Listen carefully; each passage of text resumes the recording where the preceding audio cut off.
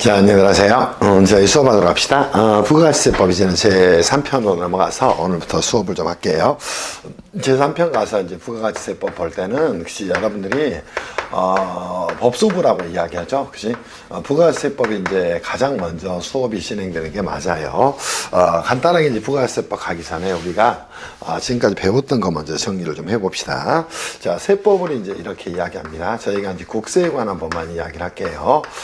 크게는 이제 총칙법하고 혹시 또 하나는 개별세법으로 나눌 수가 있어요. 그리고 이제 여기에 대한 특례법이 이제 하나가 존재하는데 그게 뭐가 되냐면 조세특례제한법이 되는 겁니다. 그러면 총칙법에 이제 위치를 차지하고 있는 건 크게 이제 두 가지 법이 있어요. 혹시 그 하나가 너무너무 세법에 이제 꽂히죠. 국세 기본법이 존재를 하게 됩니다. 또 하나 존재하는 게 이제 국세 징수법이 존재를 하게 됩니다. 공인회계사 시험에서는 이제 국세 징수법은 시험 범위가 되지 않고 세무사 시험의 경우는 이 국세 징수법이 시험 범위가 돼요. 그래서 이 두 개 합해서 세무사 시험은 8문제가 나옵니다.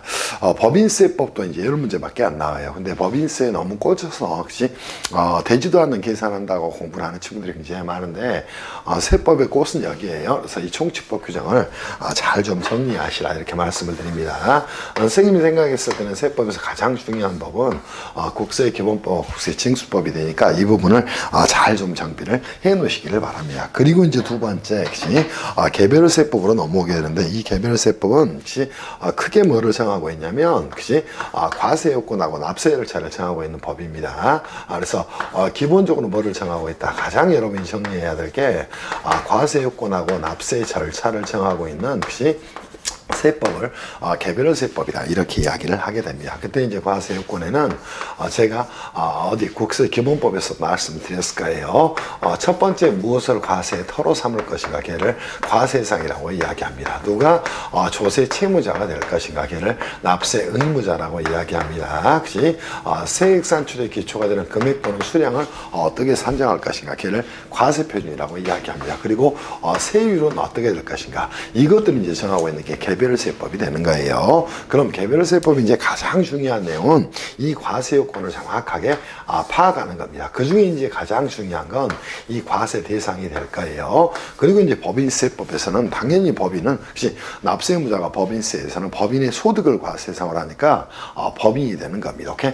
그리고 과세상은 뭐가 돼? 법인의 소득이 되는 것이야. 그때 소득은 각사하면 소득, 또 토지 등 양도소득, 또 청산소득이 과세상이 되는 소득이 되는 것이다. 이렇게 안고 가셔야 됩니다. 그리고 소득세법에서는 과세상이 뭐가 될까? 오케이? 개인의 소득이 되는 겁니다. 다만 그 개인을 거주자 또는 비거주자로 구별을 하는 것이야. 그런 분들을 정리하셔야 되겠죠. 납세무자는 개인입니다. 오케이? 개인을 이제 두 개로 쪼개는 거예요. 거주자하고 비거주자로. 과세표준은 어디? 법인세법에서는 각사함 소득금액에서 2월교로 성공 비과세 소득공제를 순차로 차감한 금액으로 하는 것이다. 소득세법에서는 어떻게 하는가? 종합소득금액에서 종합소득공제를 차감한 금액이다. 이런 것들 여러분이 머릿속에 안고 공부를 하셔야 됩니다. 그리고 나서 이 납세 절차에 대한 부분은 통상적으로 뭐예요? 국기법에서 규정을 하고 있지만 그것이 뭘 하라는가? 신고를 하라는 거예요. 또 하나 뭐 하라는 겁니다. 납부를 하라는 겁니다. 오케이?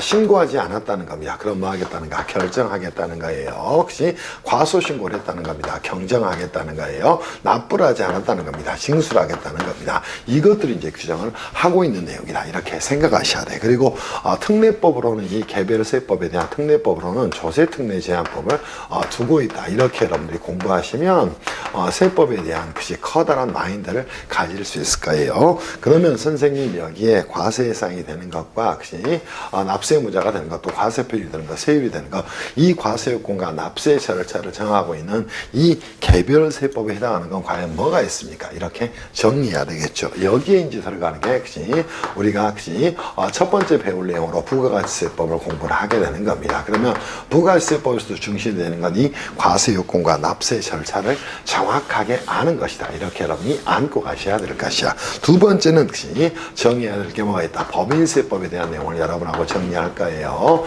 또 하나 이제 혹시 소득세법에 대한 공부를 하게 될 겁니다. 그리고 세무사 시험에는 출제가 2차에 되죠. 오케이. 상속세 및 증여세법에 대한 내용을 여러분하고 정리를 할 거예요. 상속세 및 증여세법에 대한 공부 등을 해갈 겁니다. 이 이외에도 이제 개별세법으로는 개별 소비세법이라든가 주세법이라든가 또 교육세법이라든가 굉장히 많은 것들이 있지만 세법의 개별세법의 핵심이 되는 거 법인세, 소득세, 또 부가가치세법, 또 상속세 및 증여세법이다. 이렇게 생각하시면서 공부를 하시면 좋을 것 같아요. 이제는 개별세법의 첫 번째 단계로 저희는 부가가치세법부터 공부를 할 거예요.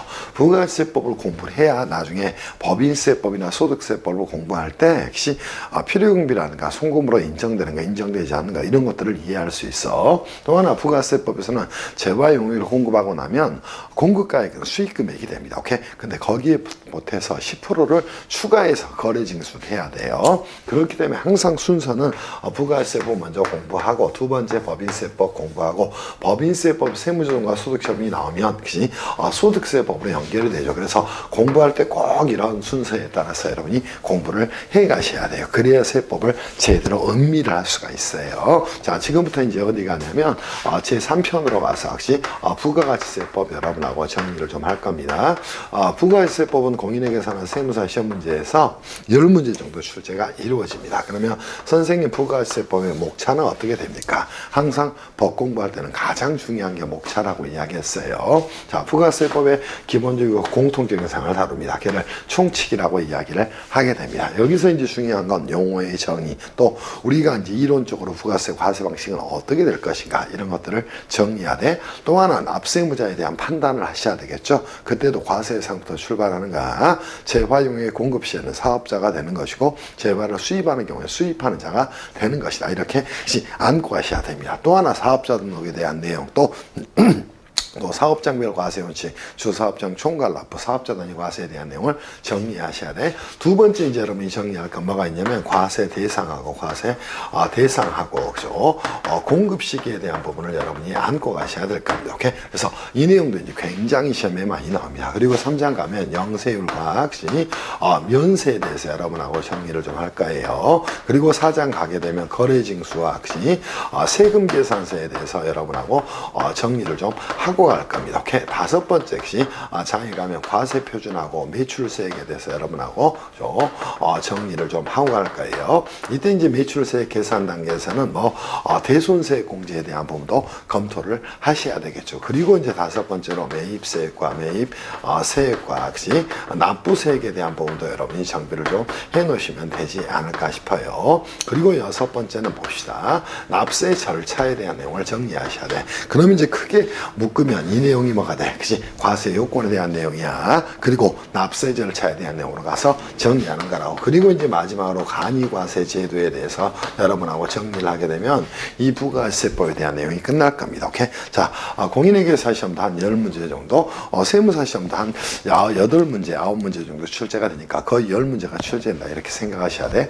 공무원 시험의 경우는 4문제 정도 출제가 이루어지게 됩니다. 그래서 이 부분들 잘 정리하시고, 여기서 이제 가장 중요한 건 당연히 총칙의 납세무자에 대한 판단 정리하셔야 되겠죠. 더 중요한 건 과세 예상과 공급 시기예요. 어느 하나도 뺄 수가 없어. 자, 영세율과 면세도 굉장히 중요한 내용이고, 또 부가세는 이제 생명이 부가세법은 세금계산서가 됩니다. 그래서 세금계산서에 대한 부분도 정리하시고, 과세 표준과 매출세액에 대한 부분도 정리하셔야 돼. 또 하나 매입세액과 납부세액에 대한 부분 정리하면서 특히 매입세액 불공제에 대한 부분을 안고 가시면서 정리를 좀 해놓으시길 바랍니다. 그리고 이제 부가세법에서 납세 절차로 특히나 이제 대리납부제도라든가 부가세 환급제도라든가 또 하나는 뭐에 대한 내용 대리납부제도라든가 이런 제도 등에 대해서 여러분이 정비를 해놓고 가셔야 될 것이야. 그래서 잘 따라오시면 아마 굉장히 큰 도움이 될 겁니다. 무슨 말씀인지 아시겠죠? 지금부터 이제 여러분하고 제1장 가서 부가세법 총칙으로 가서 여러분하고 좀 정리를 할게요. 부가세법 총칙으로 가서 정리하겠습니다. 부가세법 총칙에서 저희가 공부해야 될 건 기본적으로 부가세가 뭐냐에서 가장 먼저 정리할 게 용어의 정의에 대한 부분을 잘 정리를 하고 가셔야 돼요. 두 번째는 부가세 이론적 고찰을 좀 할 필요가 있다. 이렇게 정리를 좀 하도록 합시다. 그리고 나서 세 번째 이제 여러분이 정리해야 될 내용은 과세 요건에 대한 내용을 간단하게 좀 정리할 필요가 있어요. 그래서 과세 요건에 대해서 간단하게 좀 개관을 좀 하자. 그리고 추가적으로 정리할 게 이제 사업자 등록에 대한 내용 정리를 좀 하시고, 또 하나 과세 단위에서 단위에서 하나 더 정리해야 되겠다. 납세지에 대한 부분 시험에 아주 많이 나오죠. 부가세는 이제 사업장별로 과세를 하니까 납세지라든가 또는 사업장에 대한 부분을 여러분이 개념적으로 잘 정리를 하셔야 될 것이야. 그리고 마지막으로 부가세, 과세 단위에 대해서 여러분이 정리를 좀 해놓으시면 될 것 같아. 이 과세 단위는 사업장별 과세를 원칙으로 하지만 사업장별 과세를 원칙으로 하지만 두 번째 뭐가 있어요?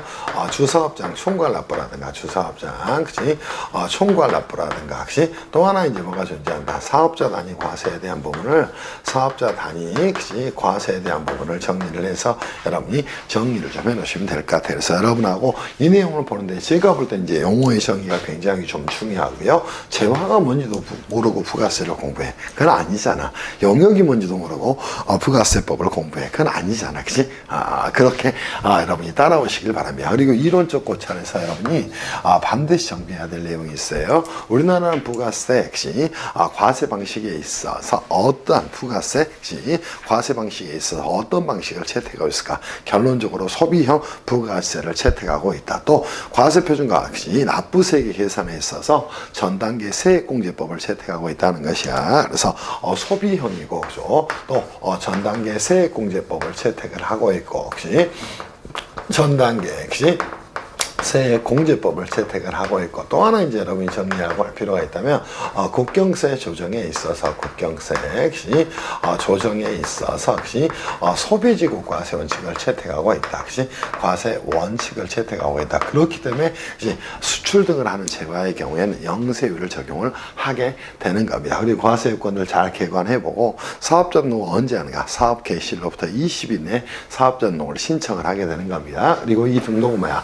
행정법으로 따진다면 단순한 신고행위, 수리를 요하지 않는 신고행위에 불과합니다. 오케이? 그렇기 때문에 사업자 등록을 하지 않은 경우에도 부가세법상 납세 문제가 되는 것은 아무런 문제가 없다. 이렇게 여러분이 잡고 가셔야 돼요. 그리고 이 납세지에 대한 부분이 의외로 시험에 많이 나옵니다. 그래서 이 부분도 잘 좀 정비를 하시면 될 것 같아요. 그리고 이제 과세 단위에 대한 부분 좀 종종 출제가 이루어지죠. 이 정도 여러분이 공부하시면 참 좋지 않을까 싶어요. 자, 1절, 총선을 가서 여러분하고 좀 정리를 좀 합시다. 총선에서는 크게 이제 두 가지를 다뤄야 됩니다. 하나가 이제 정리할 게 뭐다. 부가세가 도대체 뭔가 이렇게 정리하면 되겠죠. 첫 번째 뭐다. 사업자가 하는 재화의 공급 또는 용역의 공급 또는 재화의 수입을 과세상으로 하는 국세를 뭐라고 이야기한다. 부가세법이다. 이렇게 정리하셔야 돼요. 그래서 사업자가 하는 재화 또는 재화의 5개예요. 공급 또는 뭐가 돼? 용역의 공급, 공급이나 또는 재화의 수입을 과세 대상으로 하는 과세 대상으로 하는 국세다. 이렇게 정리하시면 멋지게 정리할 수 있을 거예요. 그리고 두 번째 이제 여러분이 정리할 내용은 용어의 정의로 가서 정비를 좀 해놓을 필요가 있어요. 자, 용어의 정의는 어떻게 될 것인가? 이렇게 정리하면 되겠죠. 첫 번째 이제 여러분이 정리할 게 재화에 대한 부분은 반드시 용어를 안고 가셔야 돼. 왜냐하면 부가세법은 보세요. 자, 사업자가 하는 재화의 공급 또는 용역의 공급 또 재화의 수입을 과세하라고 합니다. 근데 이 재화가 뭔지를 모르면 부가세법에서 한 발짝도 나갈 수가 없는 것이야. 그러면 재화가 무엇일까? 멋지게 한번 정리하면 되겠죠. 재산적, 가치가 있는 뭐를 말한다?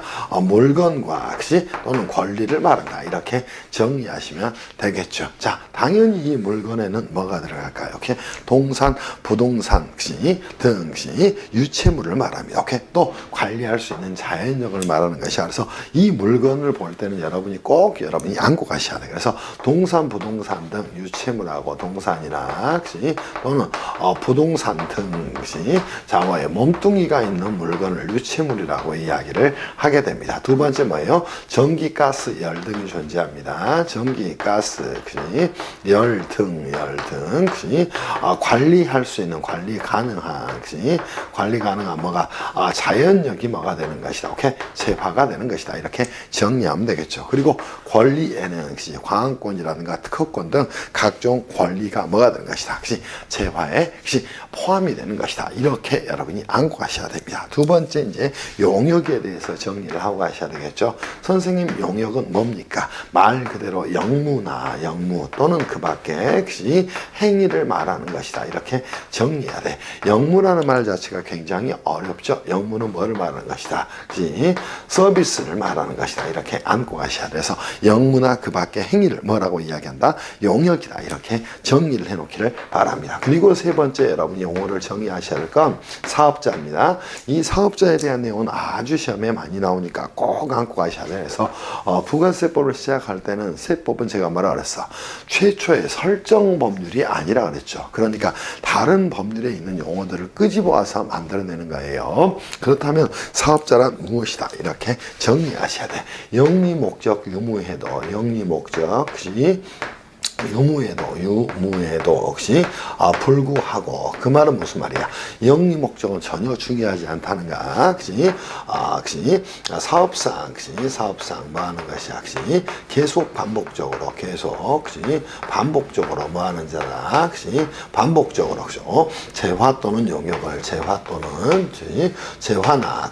용역을 공급하는 자가 된다. 이렇게 여러분이 안고 가기를 바랍니다.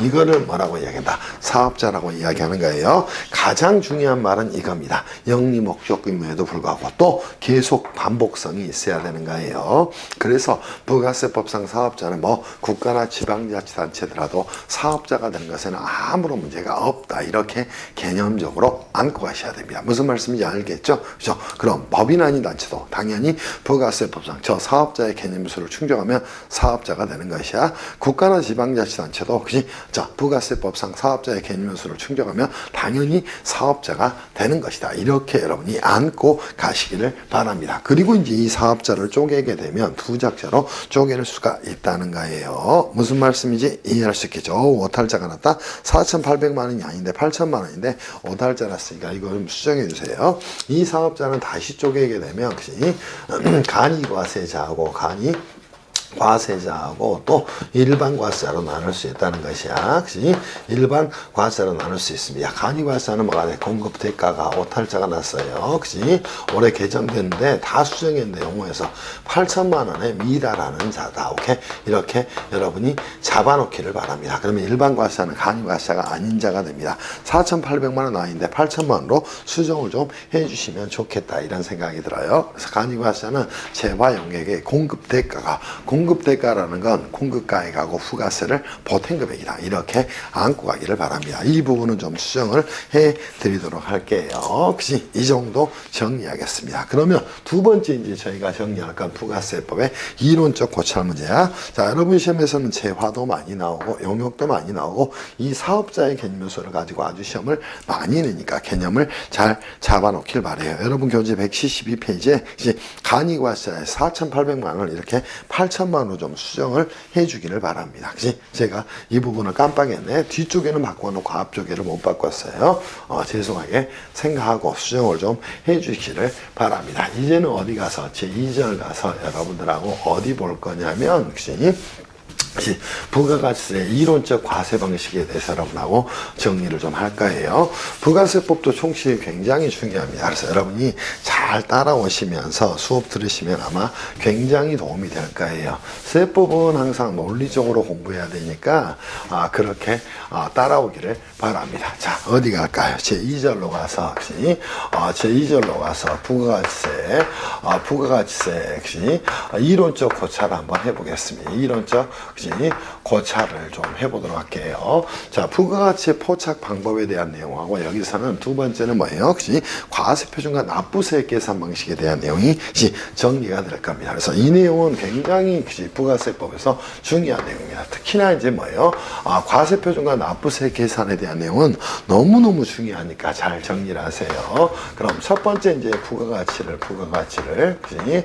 포착하는 방법에 대해 좀 정리하겠습니다. 자, 우리가 부가가치를 포착하는 방법에 대한 부분하고 우리나라의 제도를 한번 정리할게요.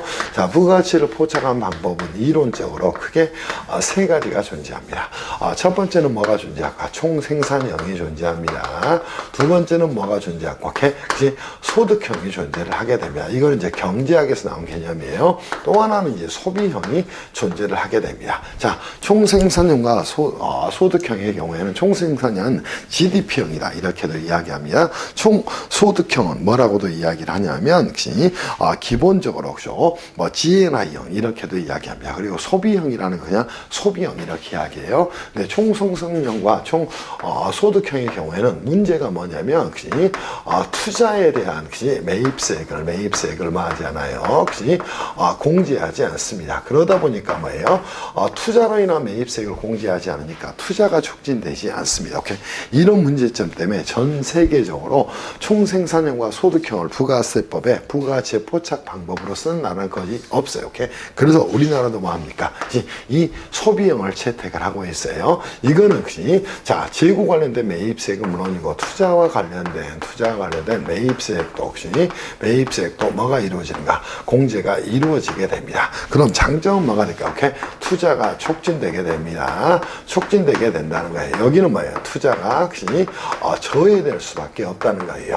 그러면 자, 우리나라의 경우에도 채택하고 있는 방법은 당연히 뭐가 됩니까? 소비형이 된다는가? 그럼 우리나라의 경우에 우리나라는 어떤 방법을 채택하고 있을 것인가? 당연히 소비형을 채택을 하고 있다는 겁니다. 자, 그 말은 무슨 말이야?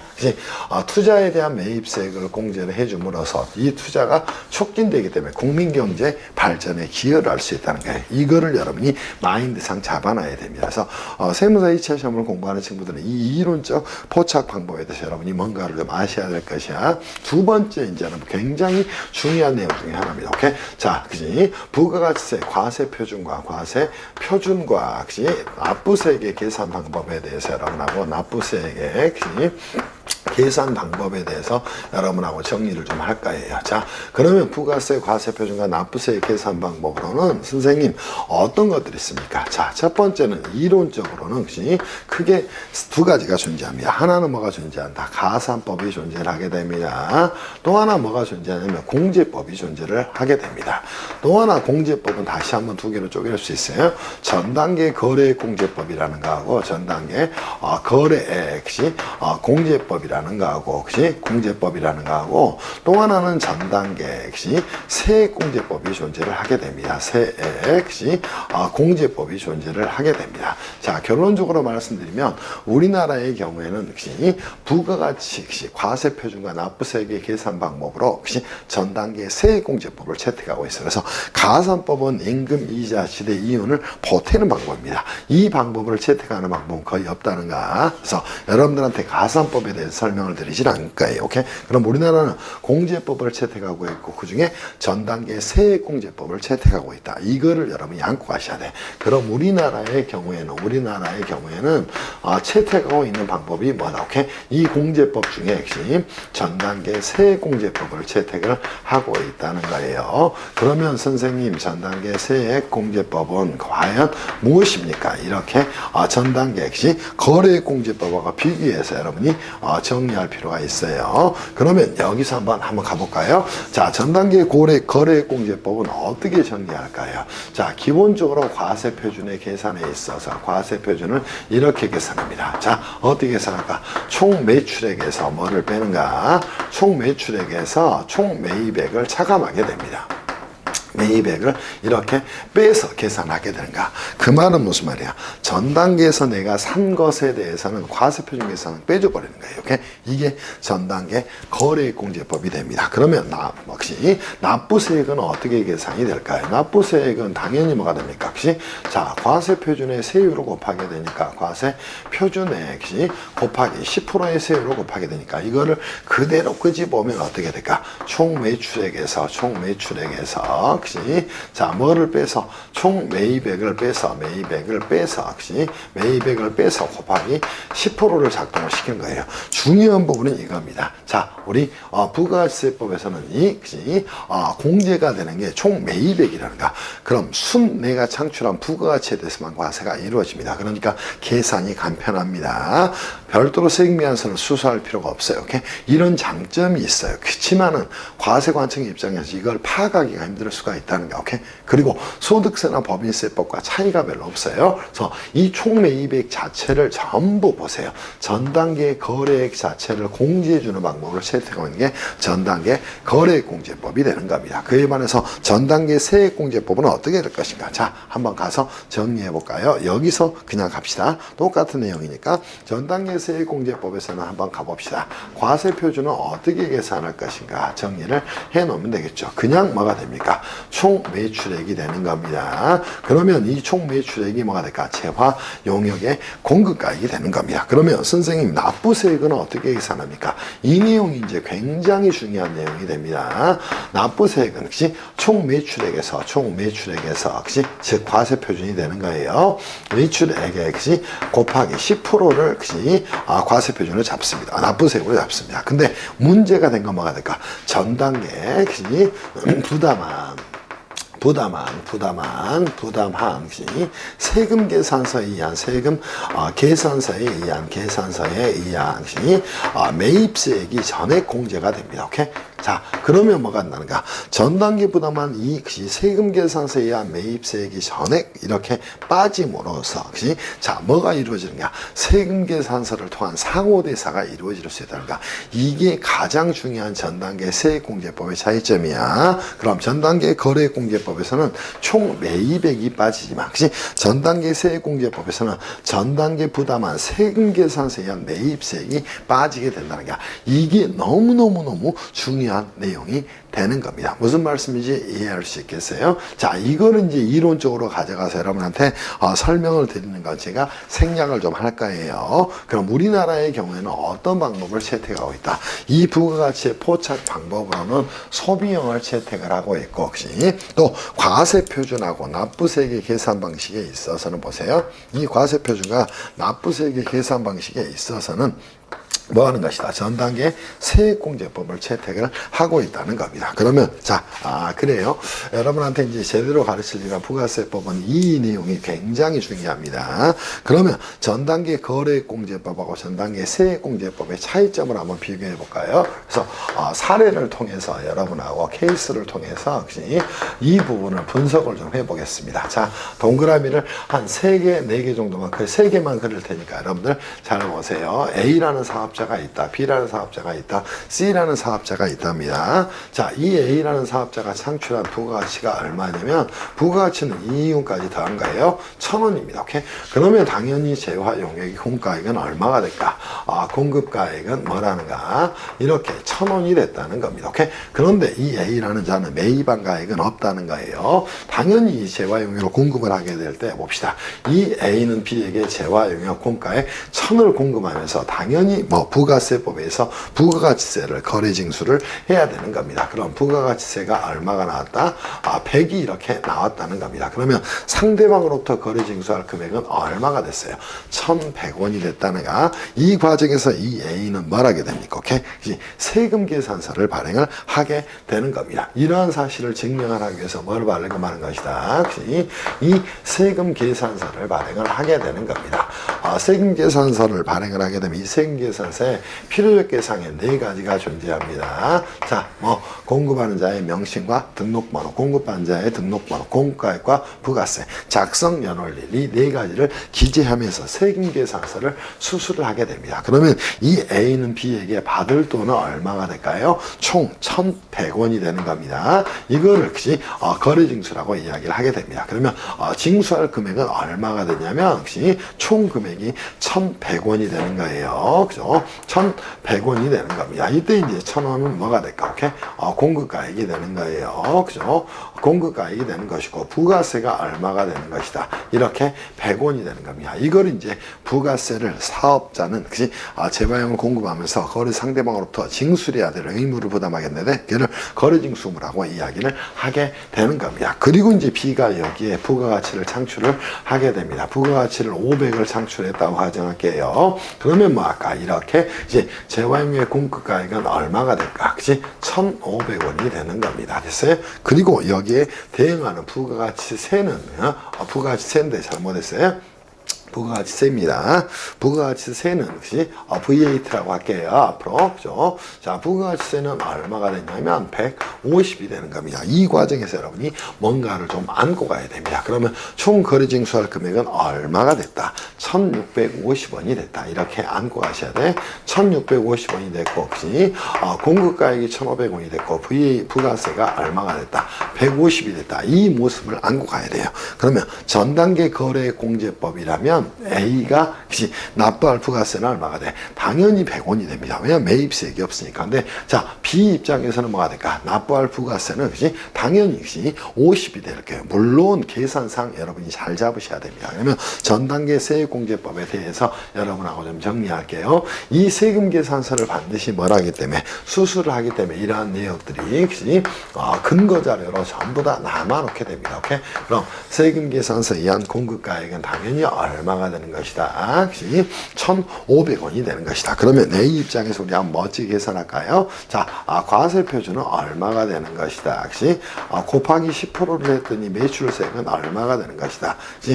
정리하면 되겠죠. 또 전단계 부담한 매입세액은 얼마가 될 것이다. 오케이? 이 계산 구조를 안고 가야 됩니다. 그리고 나서 납부세액이 이렇게 나오게 됩니다. 자, 한 번씩 가서 정리를 한번 해볼까요? A 입장에서는 보세요. 과세표준 얼마가 됐어요? 재화용의 공가액이 됐으니까 1,000원이 됐습니다. 10%를 곱했더니 얼마가 됐어요? 100원이 됐습니다. 전단계 부담한 매입세액은 없으니까 납부세액이 100이 됐어요. 진정한 핵심은 B단계에서 여러분이 볼 수가 있어요. 이 B단계에서는 곧바로 여러분이 잡아 놓으셔야 됩니다. 항상 매입세액이, 자 보세요. B는 재화용을 얼마에 공급받았나?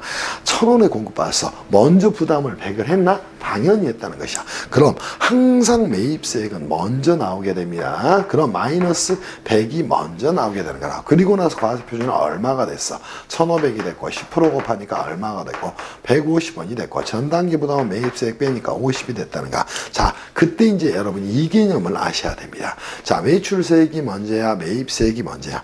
항상 이 선매입세액 공제가 먼저 이루어지게 된다. 오케이? 매입세 공제가 먼저 이루어지는 거예요. 그리고 나서 후 뭐가 발생한다? 매출세액이 발생한다는 원리를 매출세액이 발생을 하게 되는 겁니다. 그래서 선매입세액 공제, 후 매출세액 발생이라는 원리를 여러분이 반드시 안고 하셔야 돼. 이게 전단계 세액공제법에 멋들어진 내용이 되는 겁니다. 이 과정을 여러분이 안고 하셔야 돼. 그러면 보세요. B 입장에서는 당연히 모습이 되는 겁니다. 그리고 C 입장에서도 부가가치를 얼마를 창출했다. 부가가치를 500을 창출했다. 공가액은 얼마가 될까? 당연히 공가액은 2,000이 됐을 거예요. 그럼 한번 계산해 보세요. 자, 과세표준은 2,000. 전단계 부담 매입세액이 150이 꽂히게 되는가? 선매입세액 공제 후 매출세액 발생이라는 사실을 무조건 안고 가야 돼. 부가세법에서 선매입세액 공제 후 매출세액 발생을 모르게 되면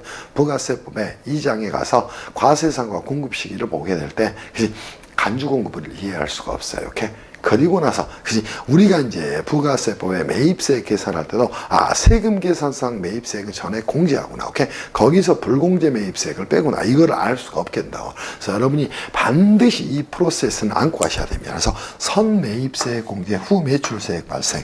이거는 무조건 부가세법을 공부하면서 안고 가셔야 돼. 이 원리가 그지 발생하는 이유는 뭐 때문이다. 우리나라가 그지 과세표준과 납부세액 계산 방법으로 전 단계 세액공제법을 채택하고 있기 때문에 생겨난 논리적 귀결이다. 이렇게 이해를 하고 가셔야 돼. 이 내용은 제가 수업하면서 계속 말씀을 드릴 거예요. 그렇게 공부를 해 가시기를 바랍니다. 무슨 말씀인지 이해할 수 있겠지. 이게 부가세 이론적 고찰에 대한 내용입니다. 그럼 결론적으로 정리합시다. 부가가치 포착 방법으로는 이론적으로 뭐 있다. 총생산형, 소득형, 소비형이 있지만 우리나라는 소비형을 채택하고 있다. 그를 통해서 투자에 관한 매입세액이 공제가 되니까 투자가 촉진될 수 있다는 겁니다. 그를 통해서 국민경제 발전에 기여할 수 있다는 거. 두 번째 과세표준과 납부세액 계산 방법으로 가산법과 공제법이 있고 공제법은 전단계 거래공제법하고 전단계 세액공제법이 존재하지만 우리나라는 전단계 세액공제법을 채택하고 있다는 것이에요. 무슨 말씀인지 이해할 수 있겠지. 그러면 이 전단계 세액공제법을 통해서 여러분들이 뭐를 포착을 하면 돼요. 선매입세액 공제, 후매출세액 발생이라는 부가세법의 거대 원리를 파악을 하고 가셔야 한다. 이렇게 말씀을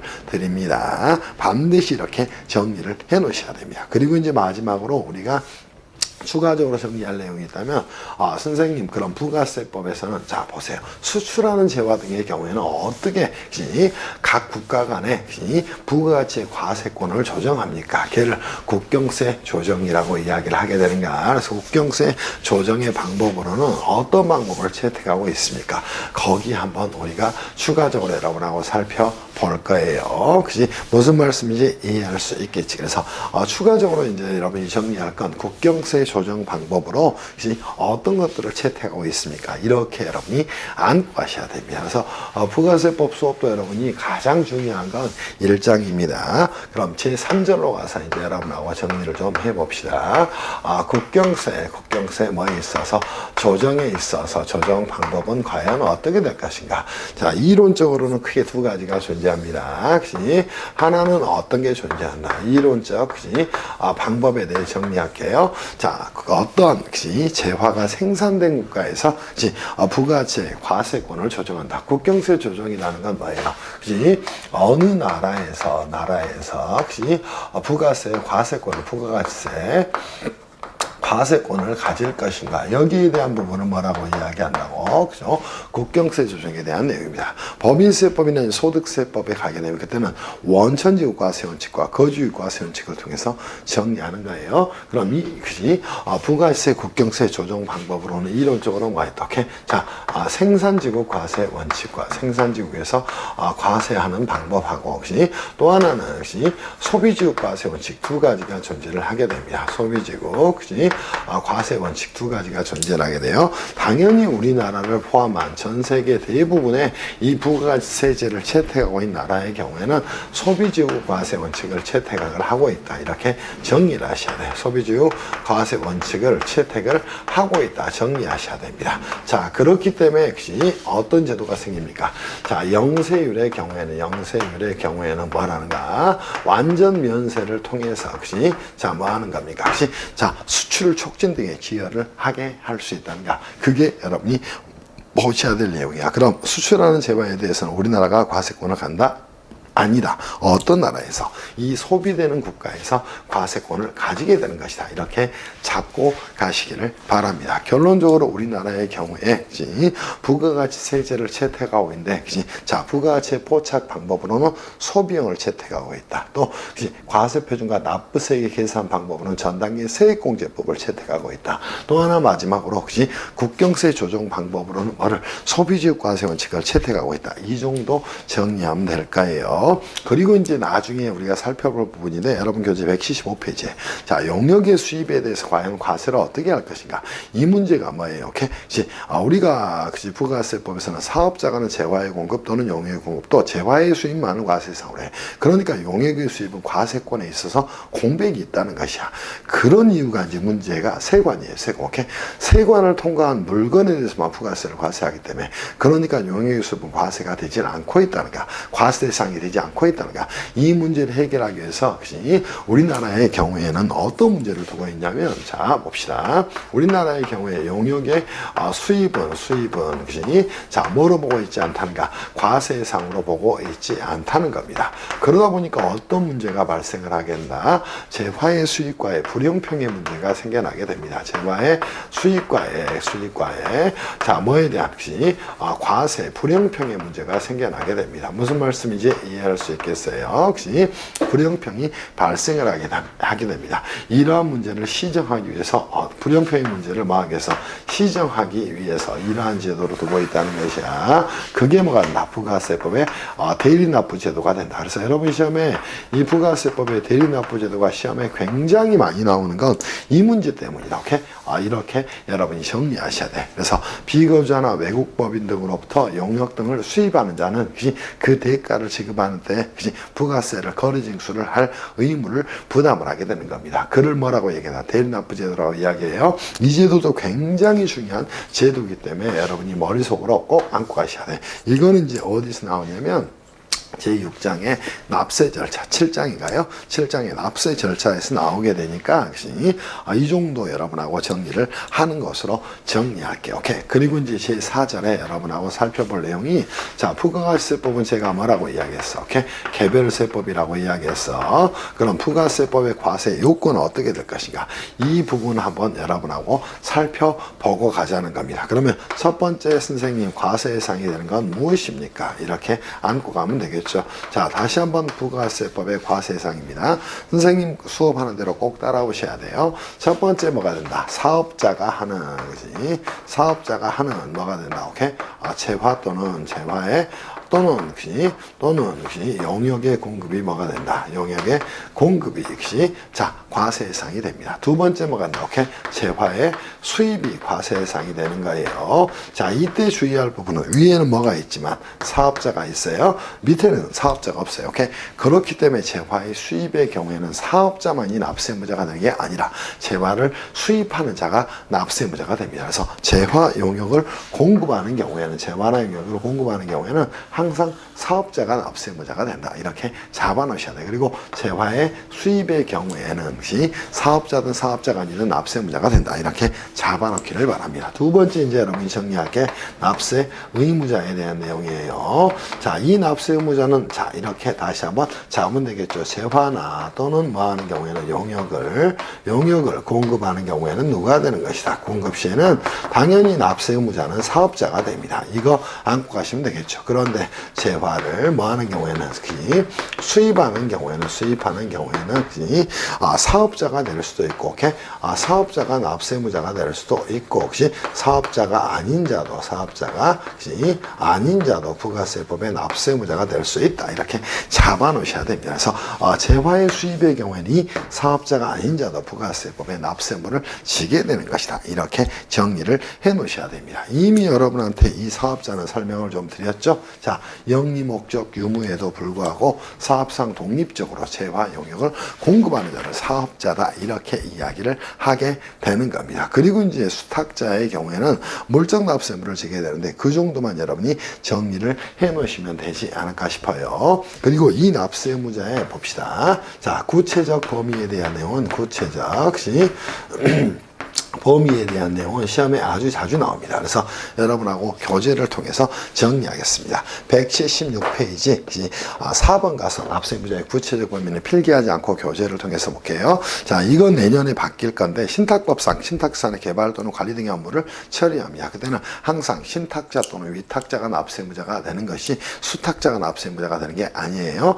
영세율을 적용받는 경우에는 부가세법상 과세 예상이 되고 납세의무자가 되고 과세표준에 산 정도 있지만 세율을 적용하는 단계에서만 영해세율을 적용하니까 영세율을 사업자는 부가세법상 사업자다. 근데 면세는 부가세법에 과세상에 포착하지 않는 것이야. 그러니까 사업자가 될 수 없다. 정리하면 되겠죠. 자, 합병 등기일 전 거래를 합니다. 합병은 항상 효력 발생일이 언제가 돼? 그치? 합병 등기일이 되는 겁니다. 그럼 합병 등기일 전 거래에 대해서는 피합병법이 납세의무를 지는 것이야. 그 부분도 체크를 좀 해놓을 필요가 있습니다. 오케이? 또 국가 또는 지방자치단체도 부가세 납세의무자가 되는 것에 아무런 문제가 없다. 뭐만 충족하면 이 사업자의 개념 요소만 충족하면 이렇게 정리를 해 놓기를 바랍니다. 그리고 나서 그것이 법인격 없는 단체도 당연히 부가세법상 납세의무자를 지게 되는 겁니다. 뭐를? 사업자의 개념 요소를 충족한다면 자, 7번째 소득세법상 소득세가 과세되지 않은 농가 부업소득이 있죠. 이거는 당연히 과세 제외 소득입니다. 그러니까 부가세법상 납세의무자가 될 수 없다. 이렇게 잡아놓으셔야 돼요. 그래서 이 구체적 범위에 대한 내용에서 아주 시험에 자주 나오니까 특히나 이제 1번 체크하시고, 그죠?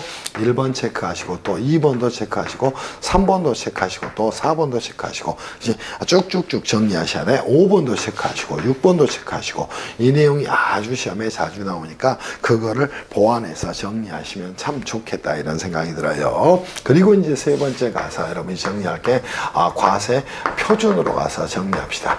과세 표준은 뭐 세액 산출의 기초가 되는 금액 또는 수량을 말하는 거예요. 그럼 과세 표준은 재화 용역을 공급하는 경우에는 재화 용역을 역시 공급하는 경우에 공급 시의 경우입니다. 항상 이 과세 표준은 어떤 개념이 따로 나와야 돼? 과세 기간이란 개념이 따로 나와야 됩니다. 이때는 혹시 해당 과세 기간에 해당 과세 기간에 과세 기간에 재화 또는 용역의 재화 용역의 공급가액에 뭐가 되는 것이다? 합계액이 되는 것이다. 이렇게 여러분이 잡아놓기를 바랍니다. 무슨 말씀인지 이해할 수 있겠지. 자, 재화를 수입하는 경우에는 어떻게 될 것인가? 항상 재화를 수입하는 경우에는 세관을 통과하게 됩니다. 그때는 어떻게 정리하는 것이다? 관세 과세 가격의 관세 과세 가격의 자, 뭐의 관세 더하고, 그죠?